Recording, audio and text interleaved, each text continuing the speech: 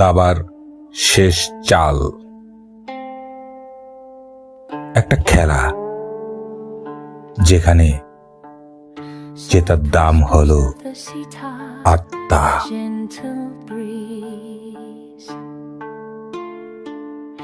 একটি তরুণ প্রতিদিন রাতে বসে দাবা খেলে, কিন্তু প্রতিপক্ষ কেউ নয়, তার ওই ছায়া,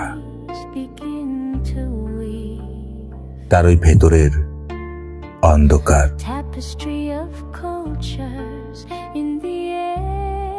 একটা ভুল চালই যথেষ্ট, আর তুই হারবি।